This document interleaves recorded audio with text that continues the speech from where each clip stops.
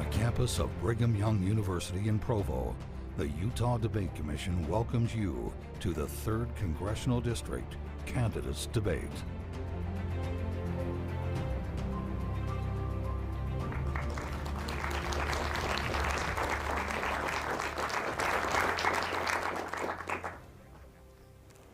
Good evening, and welcome to a debate featuring the major party candidates running in Utah's 3rd Congressional District. I'm Natalie Gochnour, Director of the Kem C Gardiner Policy Institute at the University of Utah. It's my pleasure to moderate tonight's exchange, which is sponsored by the Utah Debate Commission, an organization dedicated to educating voters and encouraging the civil exchange of ideas. Citizens in the 3rd District will choose from a slate of candidates running to represent them in the United States House of Representatives. Tonight, here at Brigham Young University, we have the Republican incumbent, Representative John Curtis, and his challenger from the Democratic Party, Mr. Glenn Wright.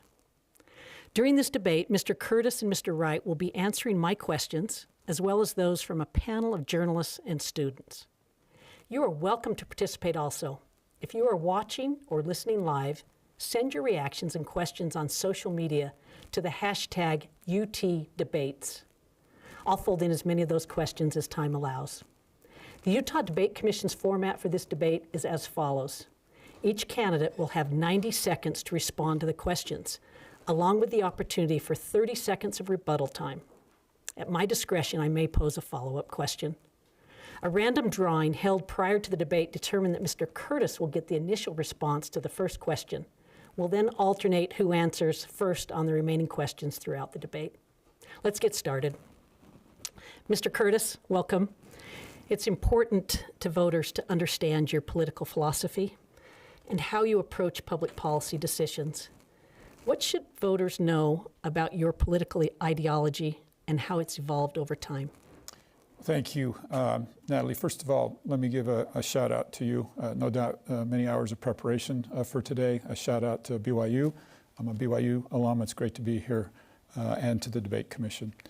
I would hope that voters would know that my political philosophy is rooted in a deep, strong conviction of a love of this country, a belief that the Constitution is an inspirational document, and an optimism that this is a great country and that we have many great years ahead.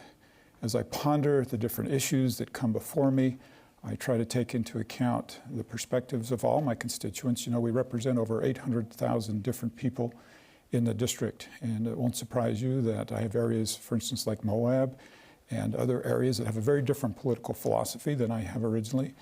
And I pride myself on my ability to understand things from their perspective, to listen to them and factor that in. But at the end of the day, it's based on my love of this country and a deep, deep belief of the goodness of this country.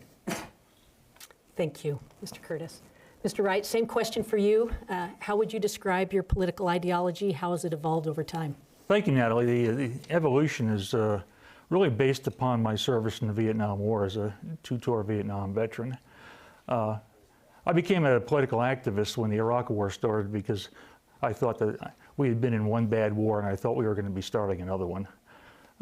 But since then, I've gotten involved in local government. I'm on the Summit County Council. And I've been very active on the Utah Association of Counties. I've made friends with, as a Democrat, I've made close friendships with a lot of conservative Republican county commissioners. In fact, 4 of them said they supported me in this race. And I think my philosophy is based upon 2 things. Well, more than that. What's going to improve the country? But how do we do that? I base my decisions on physics and economics. Thank you, Mr. Wright.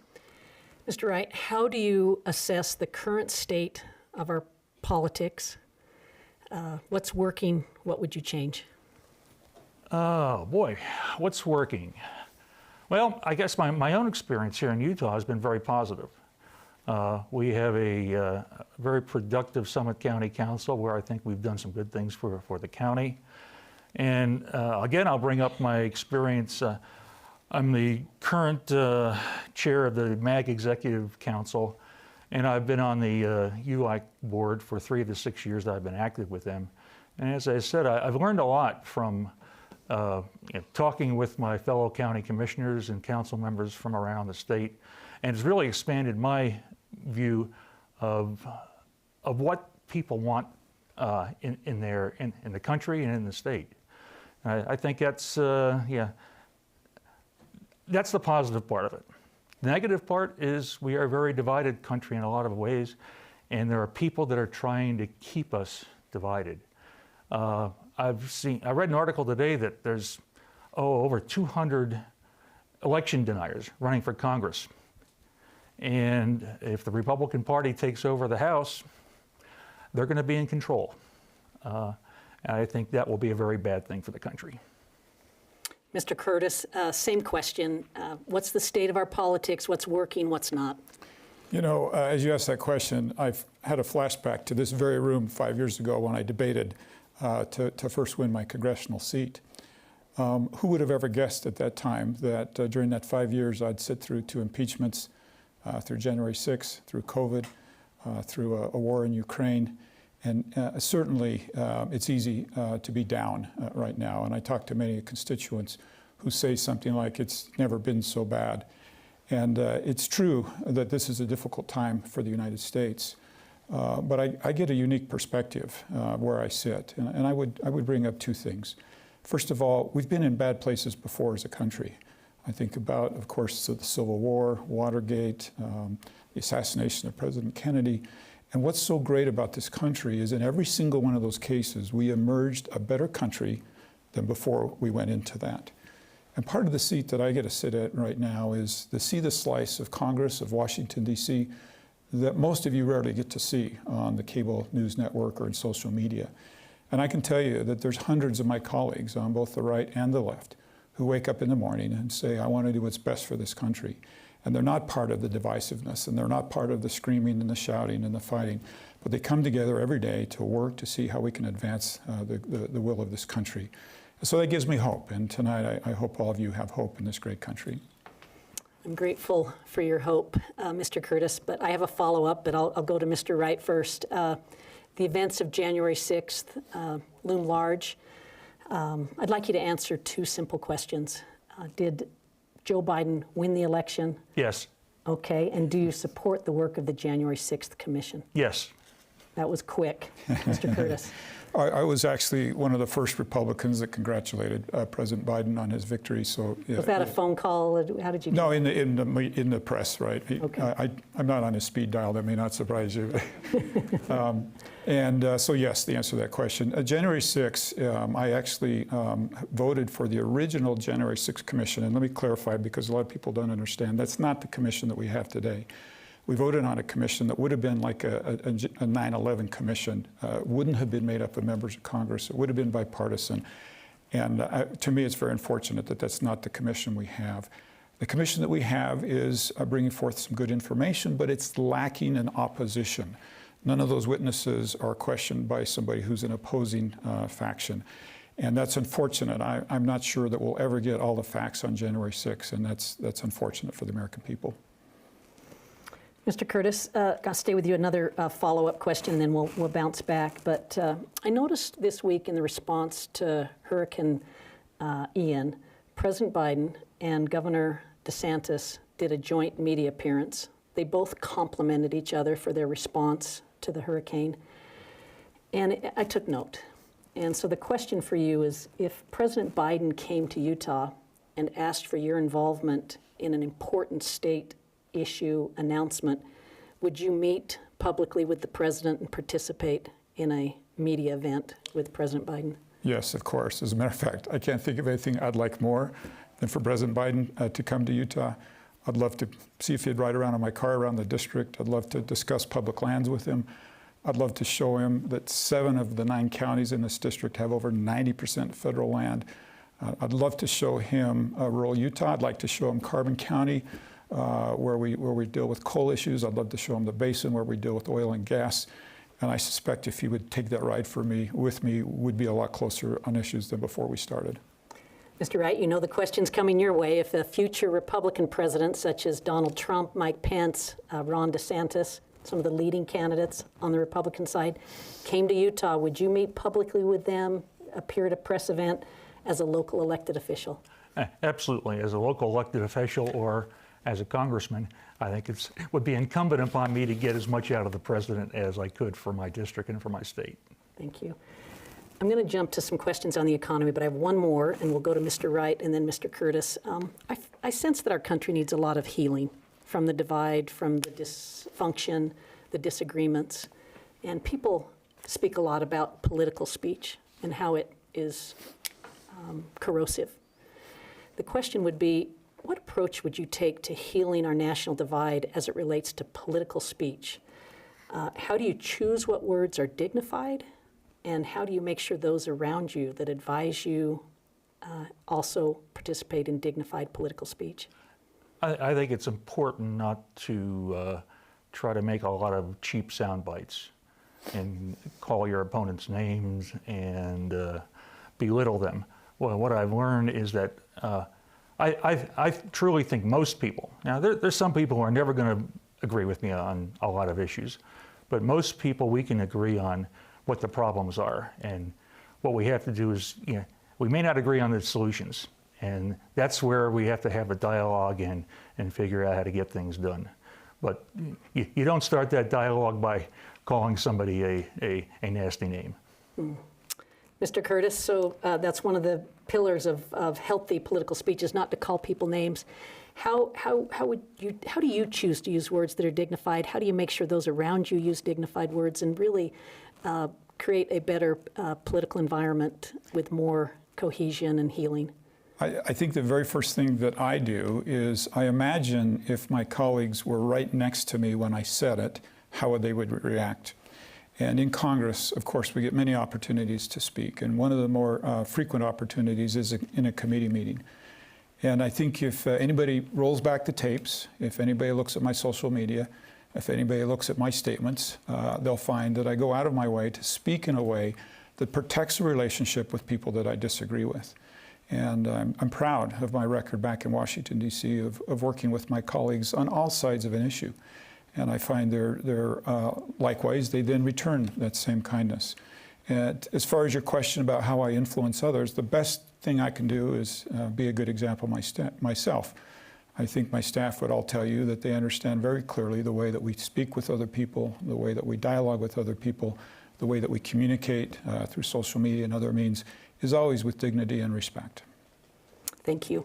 Next question. We're going to transition to the economy. I have several questions about the economy, and want to start with rising prices. And I have a question submitted by a student. I'll read it to you, and we'll go to you first, Mr. Wright.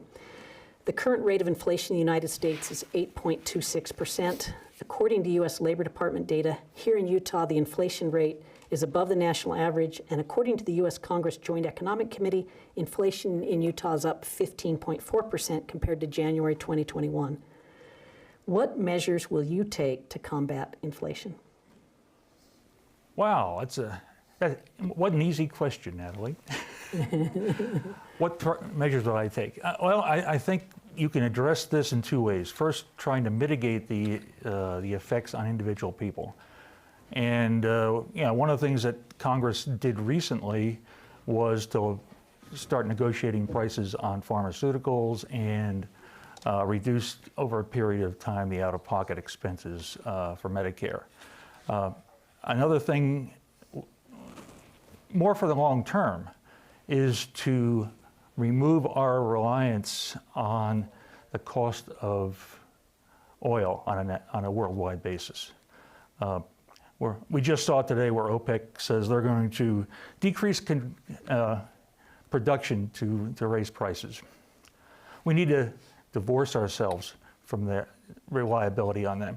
And we do that in the long term by electrifying our transportation infrastructure. By decreasing demand, we will decrease the price of oil for everyone, and we will make ourselves independent of the petrodespots around the world that are causing so much trouble.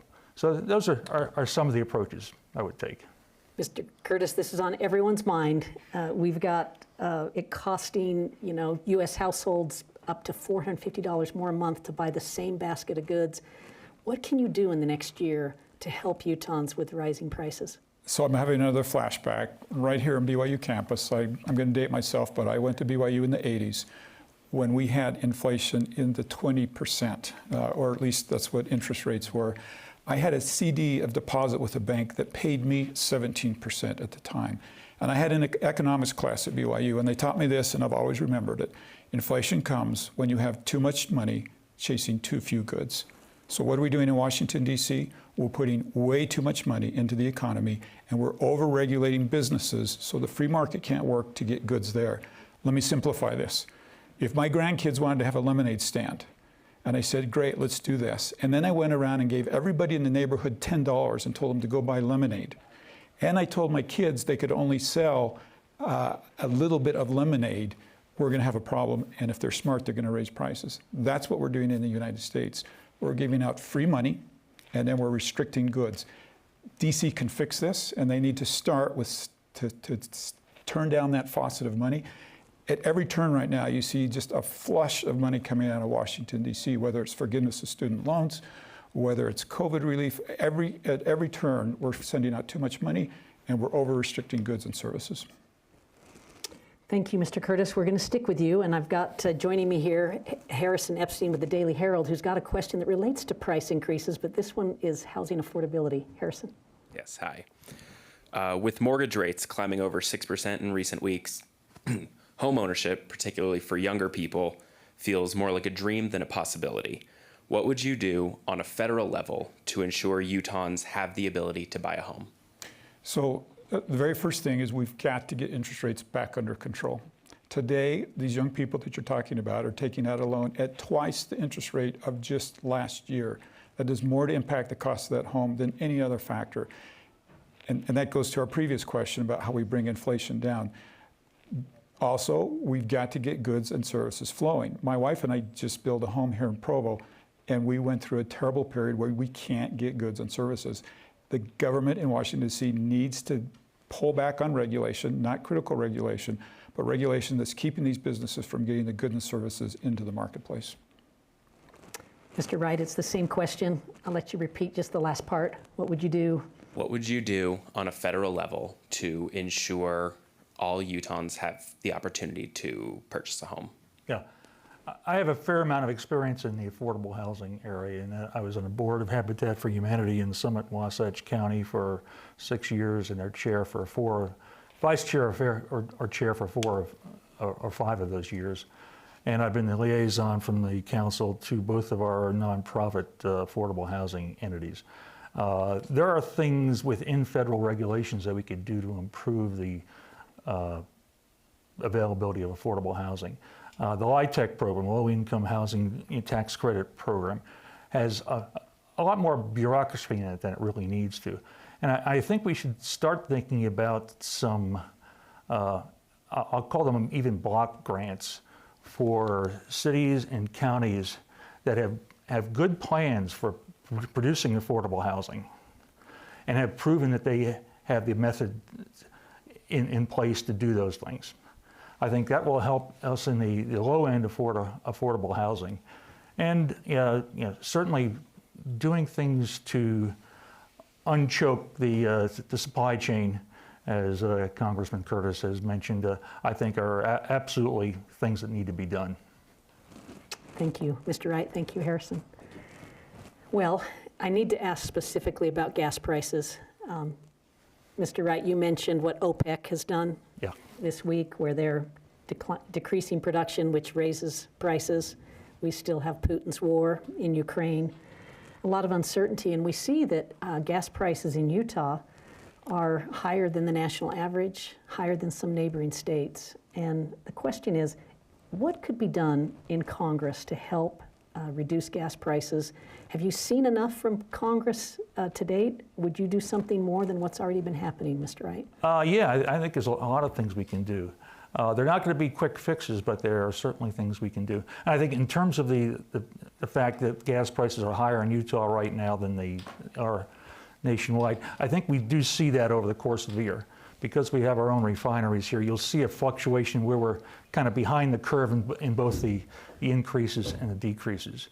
But as I started to say earlier, I think the most important thing we can do is to electrify our our transportation sector. Now, it's going to take a few years to get those gas prices down, but the automobile companies are already working on that. And they've said that they're going to be producing 50% of new vehicles will be electric vehicles by 2030.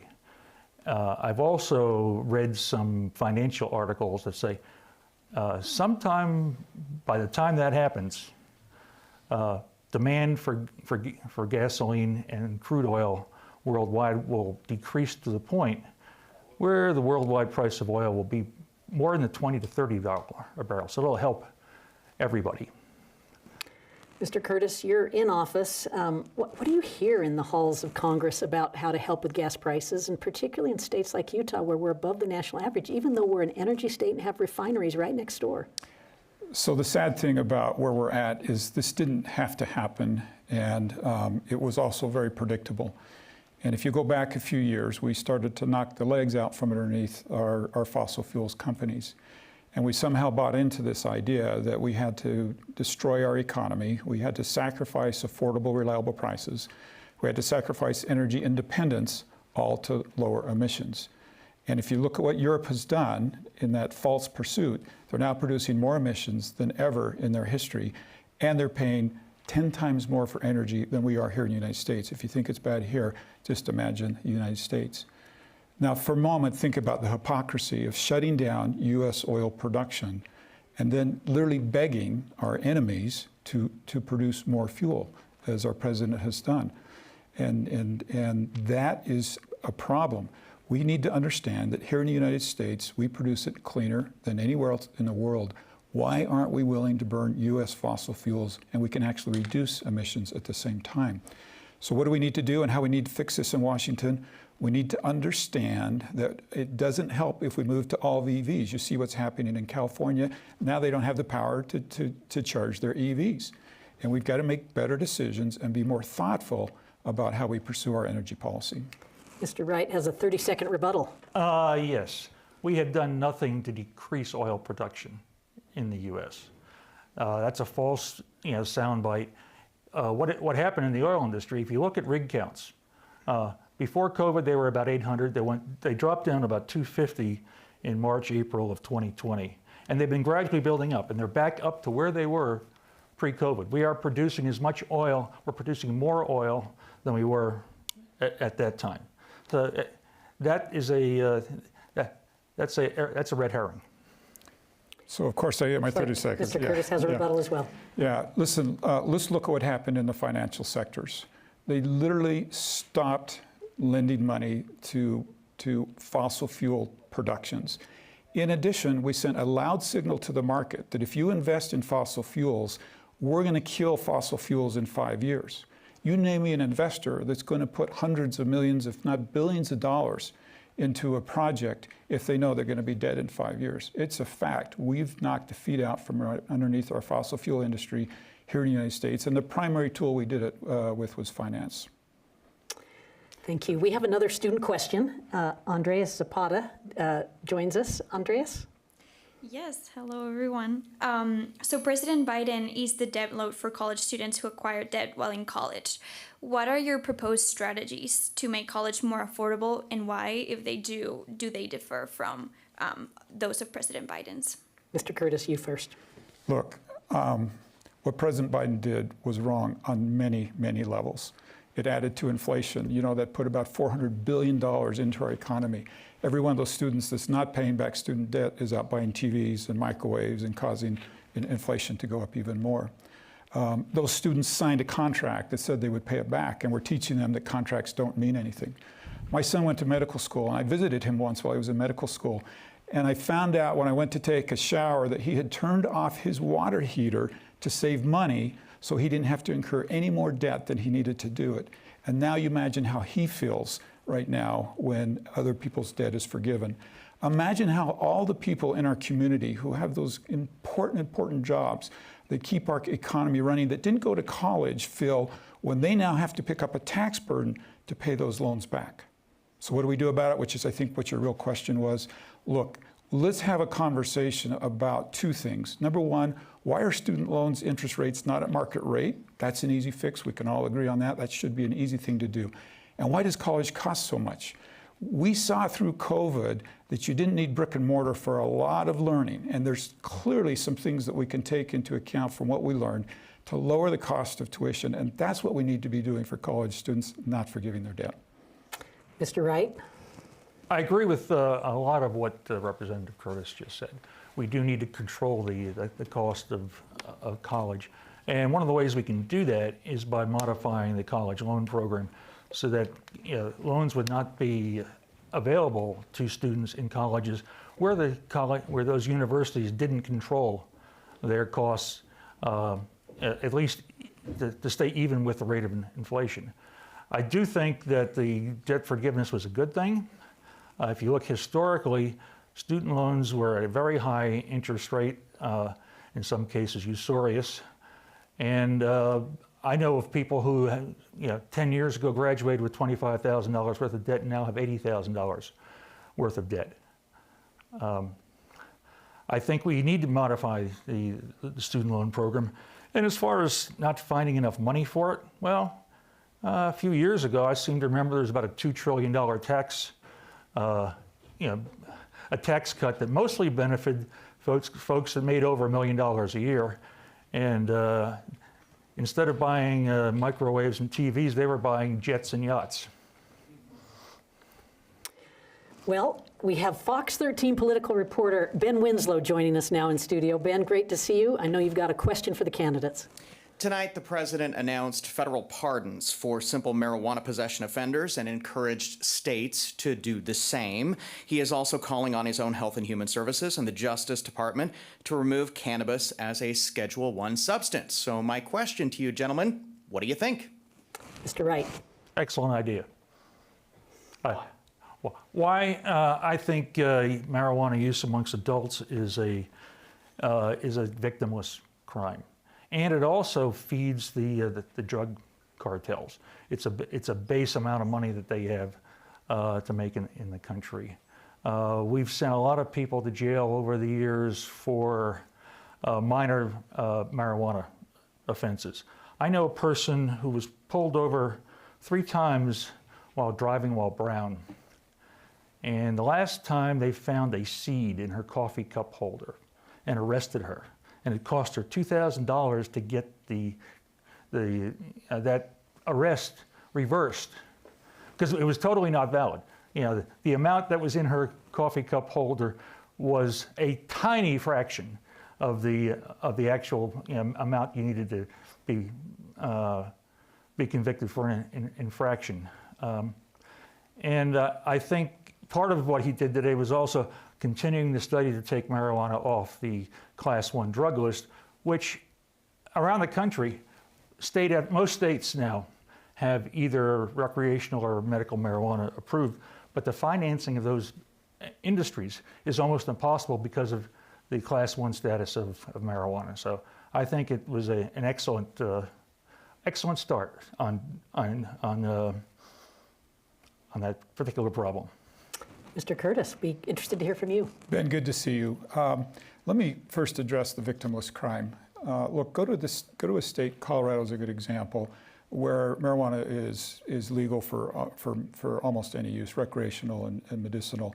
And you compare almost any statistic you want, and it is worse in Colorado. Traffic accidents, crime, everything, and it can be tied directly to the legalization of marijuana. Now let me answer really what your question was, is whether or not the president did, is it a good thing? What the president did, I would call, is an end run around Congress.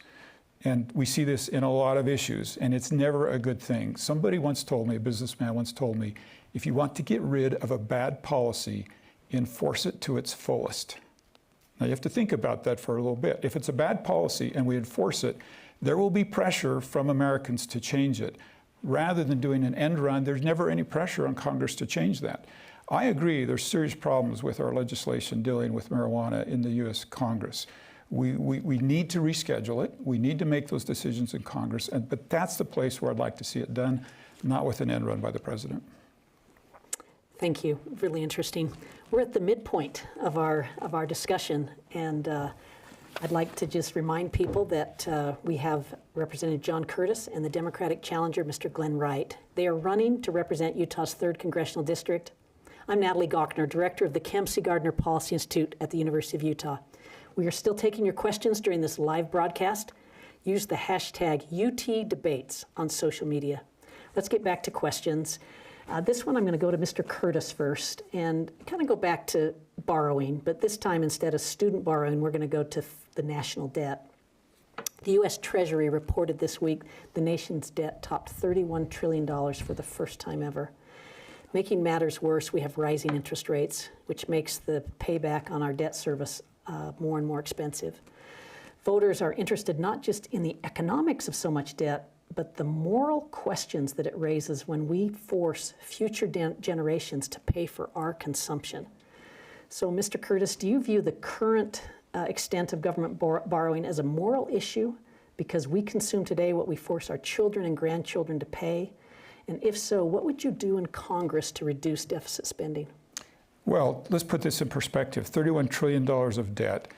$1 trillion approximately is $4,500 for every man, woman, and child in the United States. So take that and times it by 31, and you can see the extent of this problem. It's totally unacceptable. Yes, it's a moral problem, it's a financial problem, it's an institutional problem, and if we're honest, this belongs to every politician in Washington, D.C., not just one party. We've become intoxicated on spending, and we're flushing trillions of dollars down the drain as if it doesn't even matter. I like to point out to my colleagues in Washington, D.C., what we do here in Utah, a balanced budget, not just from our states, but from our counties and our cities. That's not easy to do. I was mayor of Provo. It's not easy to balance a budget, but we make hard decisions. And we prosper because we do balance our budget, and that's what we need to do in the United States. Now, one thing that I'm trying to work on in Washington, D.C., if I could just do this one thing, it would make a tremendous difference. That's to mimic what we do here in the state of Utah. It's called a baseline budget. At the beginning of every legislative session, our representatives adopt a budget that's a baseline budget, essentially last year's budget.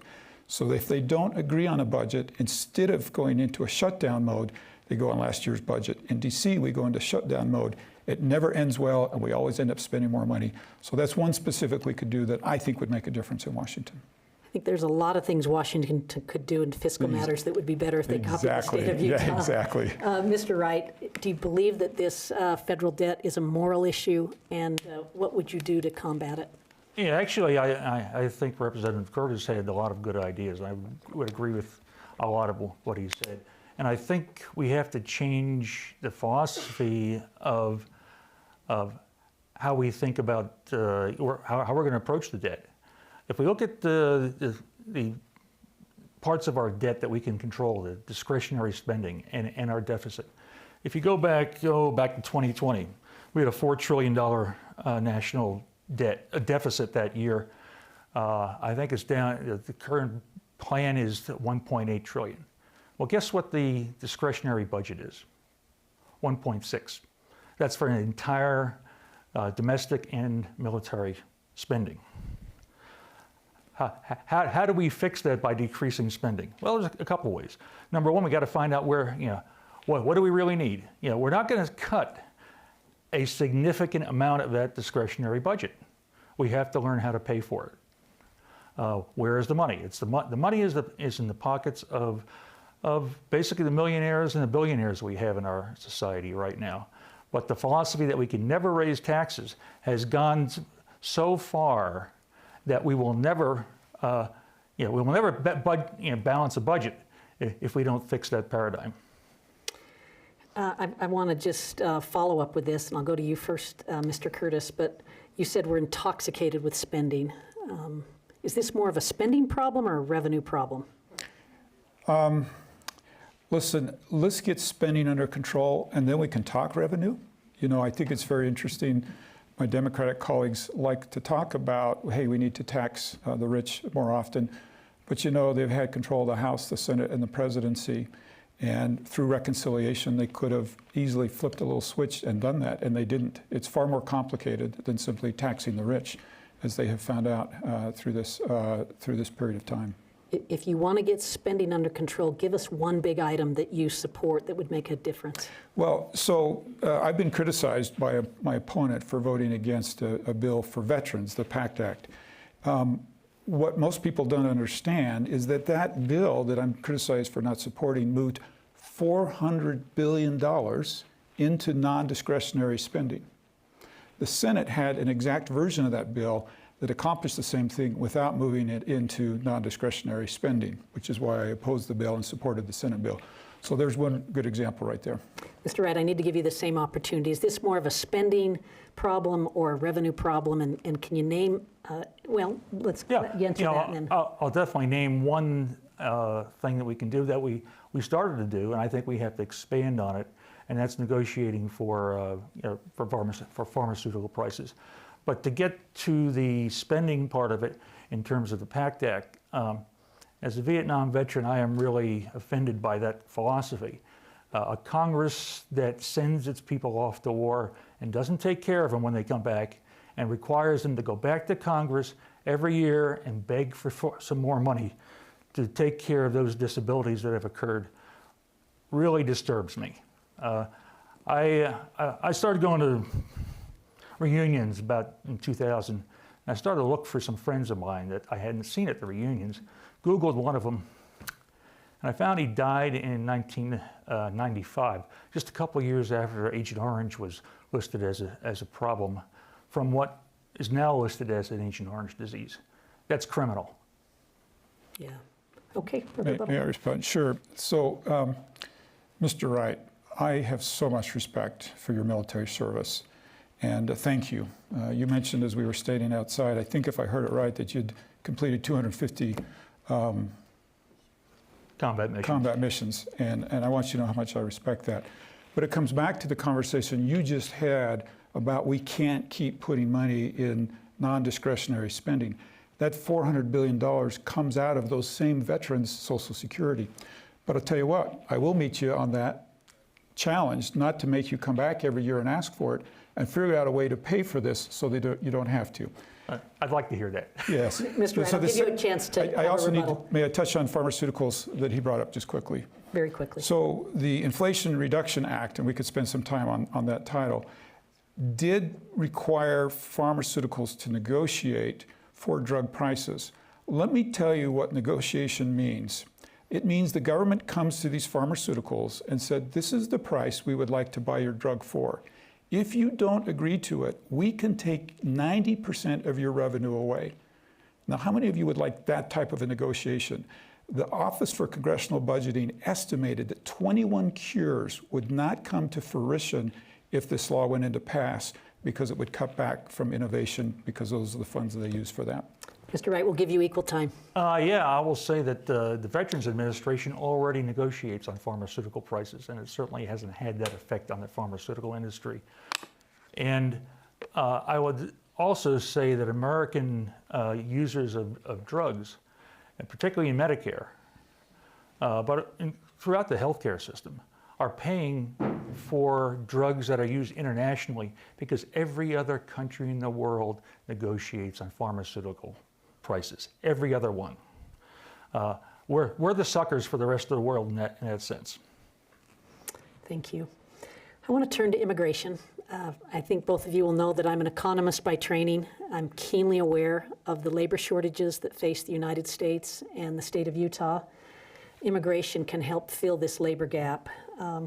Mr. Curtis, what would you change in our immigration system to address labor shortages? This is like low-hanging fruit to help our economy. Excuse me, I need to go to Mr. Wright first. Okay. Oh, okay.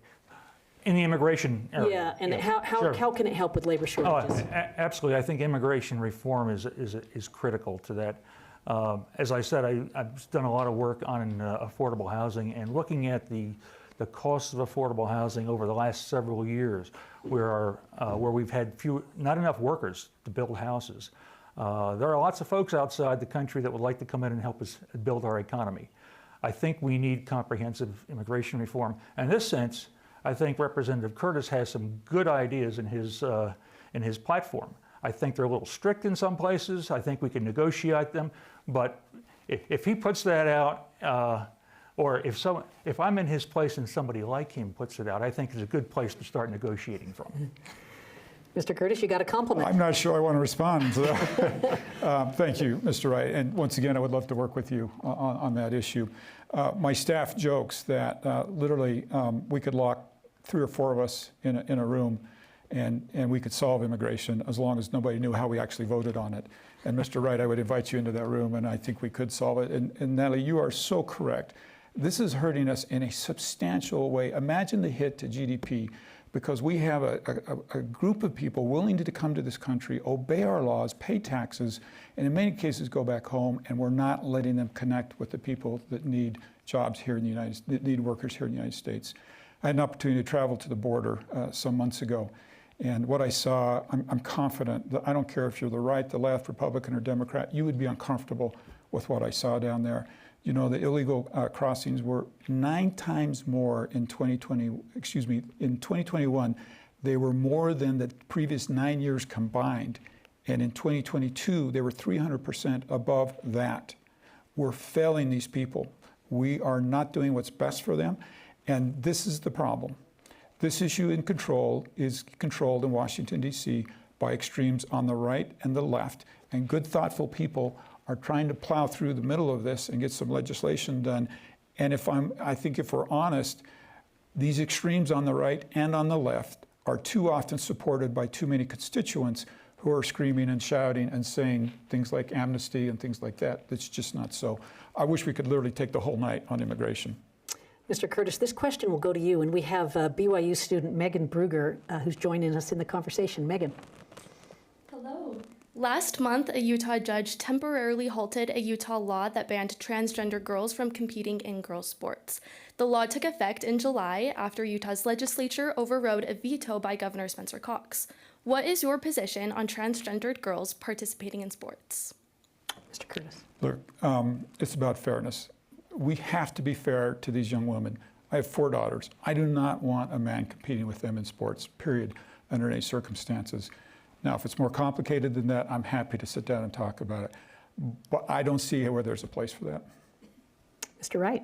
That was a quick answer. I don't think the legislature had to get involved with that particular issue. I think the Utah State High School Association had rules, the NCAA has rules, you know, various sports organizations have rules, and they may have to be tweaked a little bit here and there. I think the really bad part of that bill was it came from a segment of our society that is afraid of the LGBTQ community, and just, you know, they found transgender folks as the latest whipping person, and I don't think that should be something that our legislature should be dealing with. We have ways to deal with it another way, through other venues. We have a question that's come in through social media, through Twitter. I'll just read it to you. It says, when do you feel there is an appropriate limitation on abortion? And this question will go to Mr. Wright first. It's my turn. Yeah, I can answer that question fairly well. I think we had a good measure of that with the Roe and Casey decisions that were overturned by the Supreme Court recently. I think viability is a very reasonable place where you could put restrictions on abortion. I think the Dobbs decision to throw Justice Alito's words back at him was an egregious error. And I think it has allowed states with very reactionary legislatures like our own to put incredible disabilities on women who are in a pregnant state and want to terminate for whatever reason, or who just have health problems. I've talked to doctors who dread the possibility that they have to worry about the legal implications of treating a woman who comes into the emergency room. You've seen many cases like that across the U.S. already. And I think the entire decision, it really puts in jeopardy the health, safety, welfare, and economic future and personal freedom of half of our population. And if I go to Congress, I will vote to codify the Roe and Casey decisions. Mr. Curtis, this is a very specific question. Yes, let me first start by saying I'm unapologetically pro-life. Now, let's discuss what the Supreme Court did and didn't do. The Supreme Court, all they did was said there's no right to an abortion in the Constitution, which then pushed this issue down to the states. Now look, I get it. If you're a woman, it stinks that most of these legislatures are men. Most of these decisions are made by men. I wish it were other than that. I wish, as a man, I didn't have to make this decision. I wish women could make this decision. And that being said, it falls on state legislatures to thoughtfully decide in their state what they want to do. State legislators are responsible to the people in the state. There's far more accountability on a state level than there is on a federal level. Have you ever tried to get a federal law changed versus a state law? And as we watch this play out across the United States, I think you're going to see legislatures take different positions. That's the beauty of states' rights. And as a federal legislator, I quite frankly believe that's where it should be. Just seeing if there was any rebuttal. I have a follow-up if you don't have a rebuttal. Well, I think putting women in jeopardy in a significant portion of our states is not a good idea. Yeah, we've got to have a conversation about the responsibility of men and accountability of men. Too much of this decision falls, right, too much of the consequences of this fall on women. And I also think that's something our society has not done, is put the burden equally on men as on women. And the second thing I don't think we've done is come together as a community and as a society to deal with pregnancies that are difficult, that may be unwanted, that need help. And I think we could do a far better job at that as well. Thank you. Moving right along, I mean, I could stay on this, but I think we've got the contrast, and I think that's helpful for the viewers and the listeners. I want to go to the environment. And we have another student question that came in. I'll just read it to you. It says, 2022 was Utah's hottest summer on record. According to the National Weather Service, June, July, August, and September were the hottest in Utah since the agency started keeping records. What is your position on climate change and global warming? We're going to go to Representative Curtis first. Well, if you know anything about me, you know I like to talk about this. I'm kind of the rare elephant in the room on climate change. Listen, I think it's important on climate to do something which we don't generally do in this conversation. And that is, if you draw a continuum and you take people where they are on this issue and you value everybody's opinion, we can have a very thoughtful conversation about how we reduce emissions and how we pass on an earth better to our children than the one we inherited. And I think the success that I've had with Republicans is not demanding from them some kind of litmus test that they frequently feel repulsed at, but rather take them where they are and have the conversation about less pollution is better than more pollution, right? Let's figure out how we want to reduce emissions. Personally, I've been very vocal and open that I am a strong observer that there is climate change and that decades and decades and decades of an industrial revolution around the world certainly has had some impact on it, and we have a responsibility to change that. And if you know about my work in Washington, D.C., you know that I founded the Conservative Climate Caucus, an effort to get Republicans together talking about this. This is what's really exciting. We have some really good ideas as conservatives. We haven't been as vocal with them as I would like us to be, and I'd like us to bring those to the table with our Democratic colleagues and let the best ideas survive. Here's what's critical in the last little bit. We don't need to sacrifice energy independence. We don't need to sacrifice affordable, reliable prices, and we could still reduce emissions. Mr. Wright gave a thumbs up, so let's see what you have to say, Mr. I Wright. agree with several things that Representative Curtis just said, and I salute his efforts to bring in a conservative climate caucus. I just feel we need to be a lot more aggressive. We don't need to sacrifice our economy. We can be energy independent by electrifying our transportation structure, by electrifying the way we heat our houses, and creating that stuff internally, both renewable energy and carbon-free energy, such as nuclear and geothermal and pumped hydro and various solutions like that. But I think we have to have hard goals that we are forced to meet.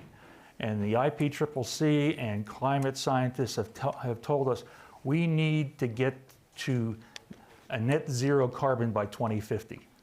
And we probably need to get to about 50% of that by 2030. The Inflation Reduction Act gets us to 40%. We can do better. And there was a Supreme Court decision that kept the EPA from enforcing the Clean Power Plan. One of the things we can do in Congress is codify the Clean Power Plan, because they didn't say it was unconstitutional, they just said it had to be done by the legislature. Another solution, I'm a member of the Citizens Climate Lobby, which I know the congressman has dealt with before. A price on carbon rebated to people on a per capita basis with a border adjustment can go a long ways towards putting economics behind the fight for climate change. Mr. Wright, I want to stay with you. I want to fit in 2 more questions. Let's keep it, our responses short, 45 seconds or less. This has come in through YouTube. What is your opinion regarding funding the Ukrainian defense against Russia? Should we increase our support to Ukraine or decrease our support?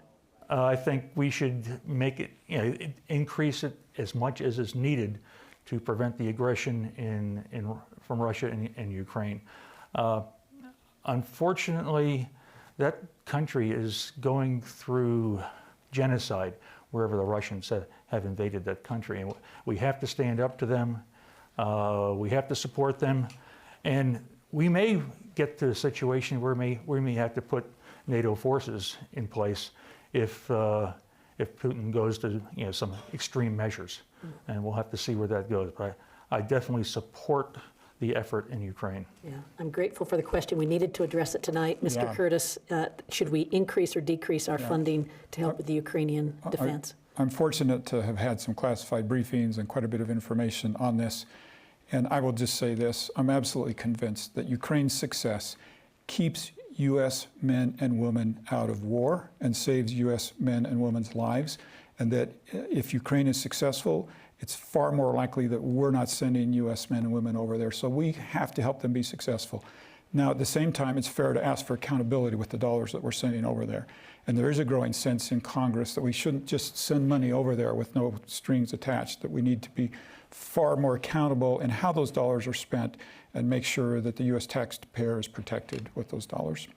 Mr. Curtis, let's stay with you. I just want to ask the question. I know it's on people's minds, tactical nuclear weapons. People worry that they're going to be used. What should the U.S. response be if President Putin uses tactical nuclear weapons in Ukraine? And let's keep it about 20 seconds. Yeah, so first of all, let's make sure they don't. There's more we can do to prevent them that we're not doing from using those.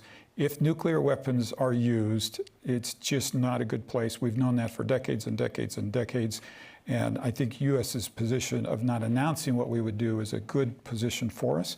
I think we should keep Russia guessing, and I'm going to stay in that frame with my comments.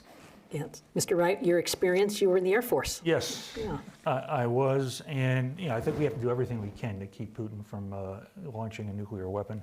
And I think it has to be behind the scenes messaging with them on what the consequences are of. And we can't be verbal about it in the media to say what's going to happen, because that's just going to put him in a corner. But he has to understand what's going to happen. And it won't be a nuclear response from us, I don't think, unless something really bad happens. But we have the ability to punish him greatly, and he has to understand that. I want to thank both of you for a very civil and enlightening discussion. We've now reached the end of the debate. A random drawing held earlier determined that the first closing statement would go to Mr. Curtis. Mr. Curtis, 60 seconds. Thank you very much. Once again, thank you, Ms. Gochnour. Thank you, Glenn, for a great debate. Thank you, BYU and the Debate Commission. Listen, what this election about is very clear. We bring, as Republicans, to the table an agenda that gives us a strong economy. We bring an agenda that gives us a safe country. We bring an agenda that doesn't give us free things, it gives us freedom. And we bring an agenda that brings accountability to government. And if reelected, to go back and serve you in the United States House of Representatives, which, by the way, is just a tremendous honor, one of the greatest honors of my life. I commit to you to pursue those 4 important topics to Utahns and to represent this district in a way that you will feel represented and that I'm listening. Thank you very much. And now, Mr. Wright, your closing statement. Thank you, everyone who's on TV and here tonight. We're at a fork in the road. We can go down one fork in the road where veterans are not protected, where seniors are not protected from increased pharmaceutical prices, where we don't take aggressive enough action on climate change. that we get into a situation where it gets worse and worse on a feedback loop. We can get to the point where we can't fix the Great Salt Lake. We can get to the point where we're jeopardizing the health, safety, welfare, economic future, and personal freedom of half of our society. Or we can go down the other path, which I will be happy to lead people down. And if you like what you heard tonight, go to my website, hit the donate button. If you're a student here, register to vote in this district, go out and vote. And I'd like to see more people running for office in the future. Raise your hand like the Statue of Liberty and say, freedom. Thank you, Mr. Wright. Our thanks to candidates John Curtis and Glenn Wright for their participation tonight. The Utah Debate Commission also thanks our panelists, those who submitted questions, and all at Brigham Young University for making this event possible, with special appreciation to both the Larry H. and Gail Miller Family Foundation and the George S. and Dolores Dory Eccles Foundation for their generous support. Join us Monday at 6 p.m. for the first congressional debate. I'm Natalie Gochnour. Thank you.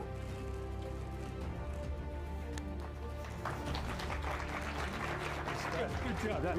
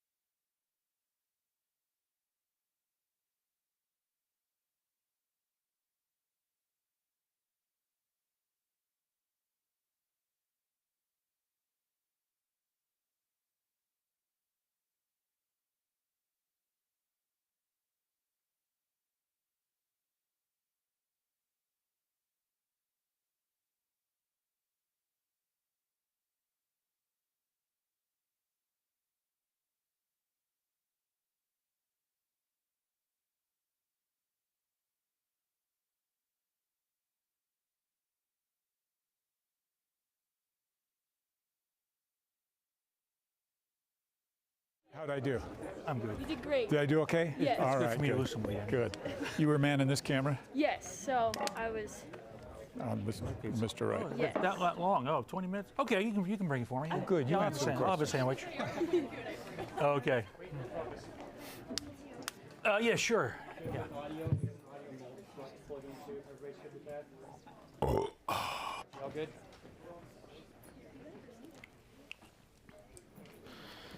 We're not. We're waiting for a microphone. The whole process is good. Okay.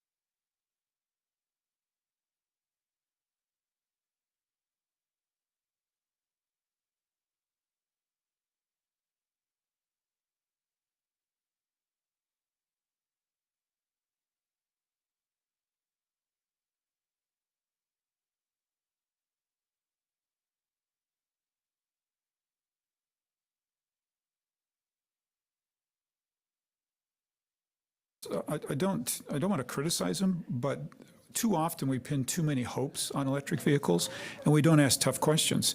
Do you know that a Chevy Malibu, gas-powered Chevy Malibu, puts out the same emissions as an electric Chevy Hummer?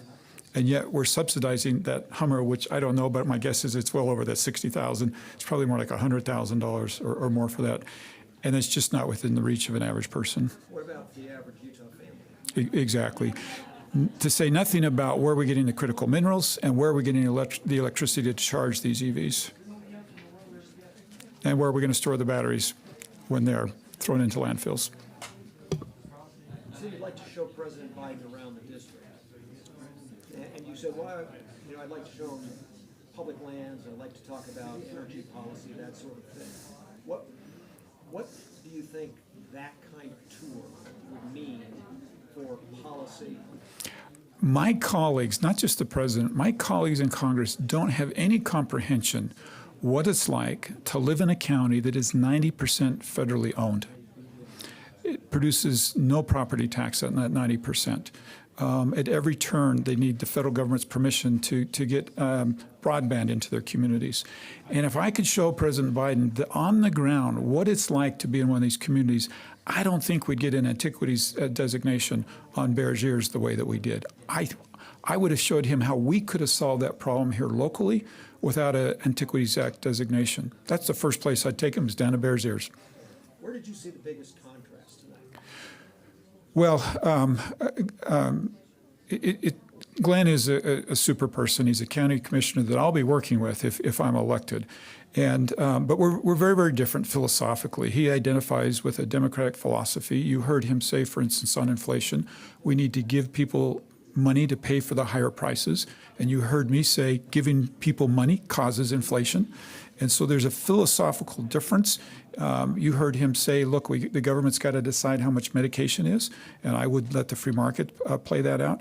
There's just some philosophical differences between us that tend to line up more with Republican, Democrat. Not all of them we really had a chance to explore tonight, but I think if you went down the line, you'd find us much more in line with our political affiliations. The Utah Debate Commission poll had you up by about 2 to 1 in the poll, and that is the only poll that I'm aware of so far. Do you think those numbers are reflective of where the race is right now, and do you consider yourself to have a big lead? I run as if I'm going to win by 1 vote every time I run any race. right? I think I owe that to the constituents. So my mentality from the beginning has been work hard, earn their vote. I go to this district, for instance, the new part of the district in the Uinta Basin that's brand new to this district. I've been there no less than 6 times, personally visiting, going all the way up to Daggett County. That's a long drive if you haven't been there lately. And I feel like I need to earn every vote, and I don't pay attention to polls. Representative Curtis, Natalie Gochnour said it was a very civil, friendly debate. And Utah is going to be a testing ground for a new initiative called the Dignity Index, where every week federal candidates are scored on the language they use. Are you aware of that index, and what is your comment on it? And we know Utah does things different. Could DC use a little bit of the Dignity Index? Yes, absolutely. Look, my biggest regret, well, not my biggest, one of my large regrets in Washington is that the screamers get the attention. They get the spots on the media, they get the fundraising, and the hardworking men and women in Congress, so many of my colleagues, really don't get the attention. Anything that brings them more attention, I think is good. So to the extent that this helps bring them forward, I think it's a very good thing. A lot of your work in Congress is focused on energy production and conservation. Your district covers most of oil production and coal production in the state. How have those industries and the voters who work in those industries informed your approach to that? I substantially. You can't go to Carbon County, which I've represented for 5 years, without feeling what I call the demonization of fossil fuels. And unfortunately, this demonization is not just fossil fuels, it's the very people who, in my opinion, sacrificed their health and their safety so that we could go to the light switch and flip it on and have it come on. And it's really unfortunate. And it's been an honor for me to represent them and state their case back in Washington, D.C. Now, the new district picks up the Uinta Basin, which is a lot of oil and gas. And I think if you are observing what's happening, oil and gas is the new coal, right? They went after coal, now they're going after oil and gas. And interestingly, the basin, the newest part of my district, gave me my highest percentage of election in the primary. And it took a little while for them to understand and for me to explain why my position on energy actually was beneficial for them. Because, look, I'll talk about climate right and the need to reduce emissions, but they understand that there is a conservative approach that is very important for them and can help them and their economies. And I'm actually really looking forward to working with them.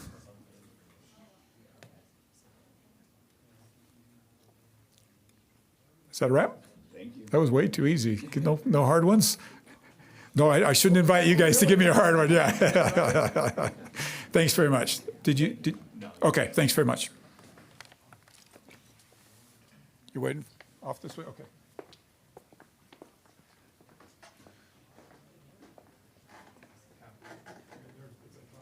Just a tough group here.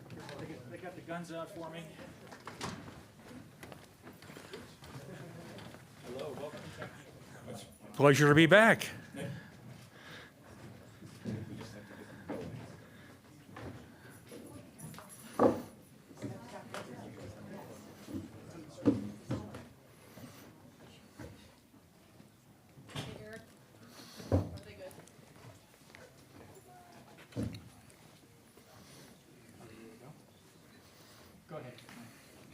How do you feel like tonight went?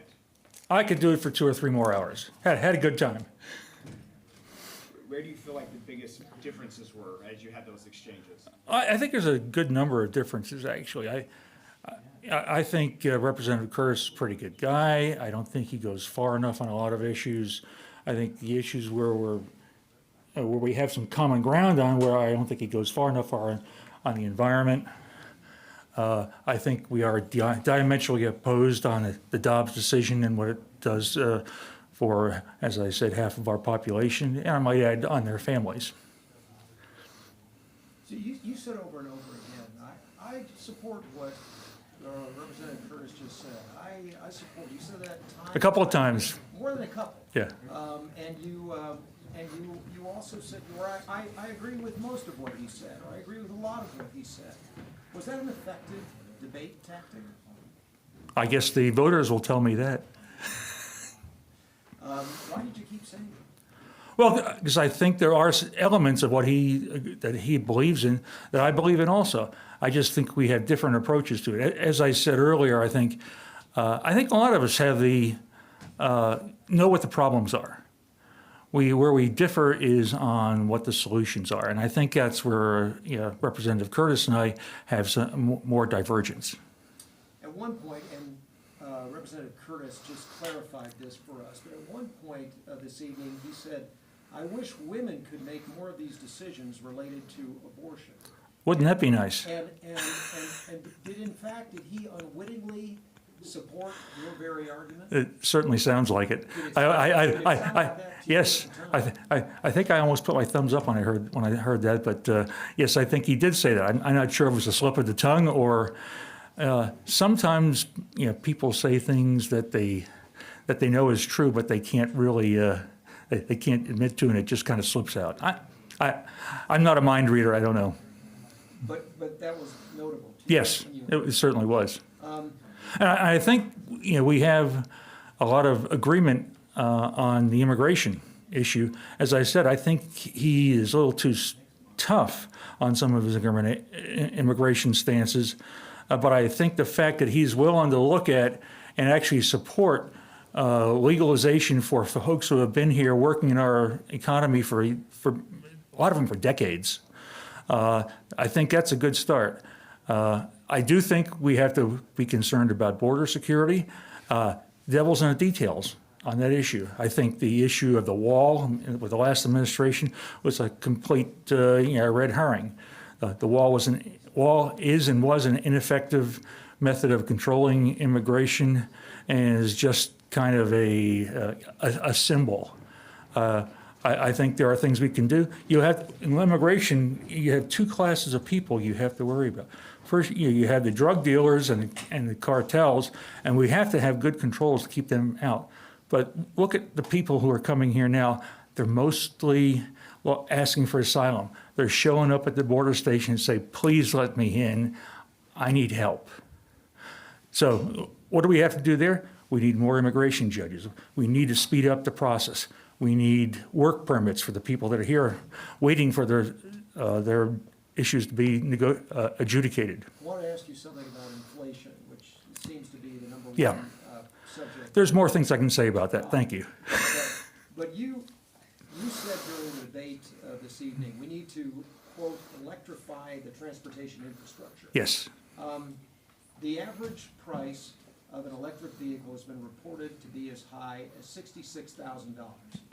Yep. The median household income in Utah is reported to be, according to the Census Bureau last census, $75,000.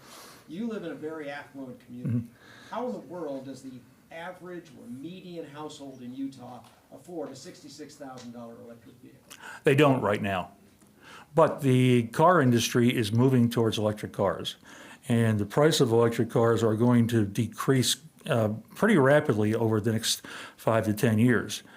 So for the folks who can afford it, they should do so, because everyone is going to be driving an electric car 20 years from now. Okay. Because the prices are going to come down. But right now, in terms of reducing inflation, your recommendation this evening was go get an electric car. Yep. It doesn't seem. No, that's not what I said, Brian. I said specifically for the long term, that is our solution. For the long term, and I say by 2030, we will have changed the paradigm in the oil market. That's our long-term method to control long-term inflation. Are there other things we can do? Absolutely. Taking money out of the economy is the obvious way to do it. Now, the Fed is doing it by raising interest rates, and they may kick us into recession. The other way to do it is with Congress to decrease the deficit. How do we do that? Are there things we can cut in the federal budget? There probably are. But the biggest low-hanging fruit is to raise taxes, repeal the Trump tax cuts on millionaires. As I said under the student loan discussion, that tax cut allowed our millionaires to buy private jets and yachts. We'll take that. I'm perfectly okay with taking that out of our economy. I mentioned earlier, Representative Curtis, district. Most of the state's oil and gas fields, coal fields are here in your district. Yes. So I'm wondering how, when you want to go further with the environment, I'm wondering how you're approaching that with those voters who rely on those industries. Yeah, absolutely. A great question. I had a campaign visit to Carbon and Emery County about 2 weeks ago. I was there 2 weeks ago Friday, tomorrow. And I visited the Energy Research Center in Emery County. The folks down there are planning, Rocky Mountain Power has already said that they're probably going to replace those coal-fired plants with nuclear plants. The nuclear reactor that's being developed and tested in Kemmerer, Wyoming. I was at an energy conference in the Uinta Basin a few weeks ago and actually had dinner with a bunch of Uinta County commissioners and a commissioner from Lincoln County, Wyoming, where that is taking place. They're building the building where that's going to take place right now, and their goal is to have that up and running and approved by the NRC by 2028. I had a discussion with the economic development manager for the 4-county Southeast Utah coalition, and he said he had talked to the nuclear expert at Rocky Mountain Power and said it would take them about 15 years to get those installed into Emery County. And that's the future in Emery County. They have a Carbon County. They need to continue to be the energy central for Utah and for a good portion of the West. And the advantage they have is the electric nodes come right into those coal-fired plants. The Uinta Basin is a whole different issue. The car companies are going to drive down the price of oil. There's going to be significant economic difficulties in the Uinta Basin by 2030. As I said, I saw some reports that said by that time the worldwide price of oil could be $20 to $30 a barrel. There's no $30 a barrel oil in the Uinta Basin. What we have to do there is we have to diversify and improve their economy. I'm actually working on a program right now in Summit County. We're working with a company that is evaluating our biomass. We think we're going to get a report that says that we can attract investors into Summit County to create a biomass to biofuel plant. And if we can do it there, the entire eastern section of Utah has national forests and state forests and private forests where that could also happen. And particularly in the Uinta Basin, the Ashley National Forest is full of dead trees and undergrowth and ladder fuels. We need to do that to create healthy forests and diversify our economy. We have time for one short question. How are you, John Curtis said that he's running as if he, will try to win by one vote. How hard are you approaching this race, and what do you say to people who might suggest that it's just not winnable? Well, I think we'll see after they count the votes, and we'll know the morning of November 9th. I think it all depends upon who turns up to vote. I think the issue in the race that could turn the race is the Dobbs decision. And if there's enough mad women and their families in this state that say, this has got to stop, then I'll get some more votes. Is it going to be enough? I have no idea. But we're running hard. I've been to all but one of the counties in the district, and I had a long conversation with the county commissioner from Daggett County.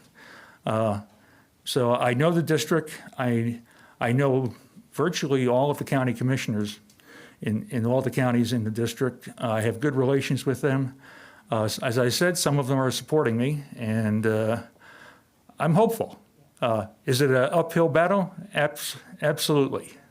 But I'm the eternal optimist. I counted up the sorties on my flight log from the Vietnam War, and I about 250 missions, but I actually climbed in the airplane and took off over 300 times. Every time I did that, I knew I was going to get shot at. And every time I always thought that I was going to come back. Now, there were a few times I almost didn't. But, I'm the optimist. I'm the eternal optimist. Thank you very much, Mr. Wright. Thank you. Thank you. We appreciate it. Yep. Great questions, guys. Thank you. Hey, anybody wants to talk to me further at any time during the rest of the 5 weeks of the campaign, I'm available. Okay, thank you very much.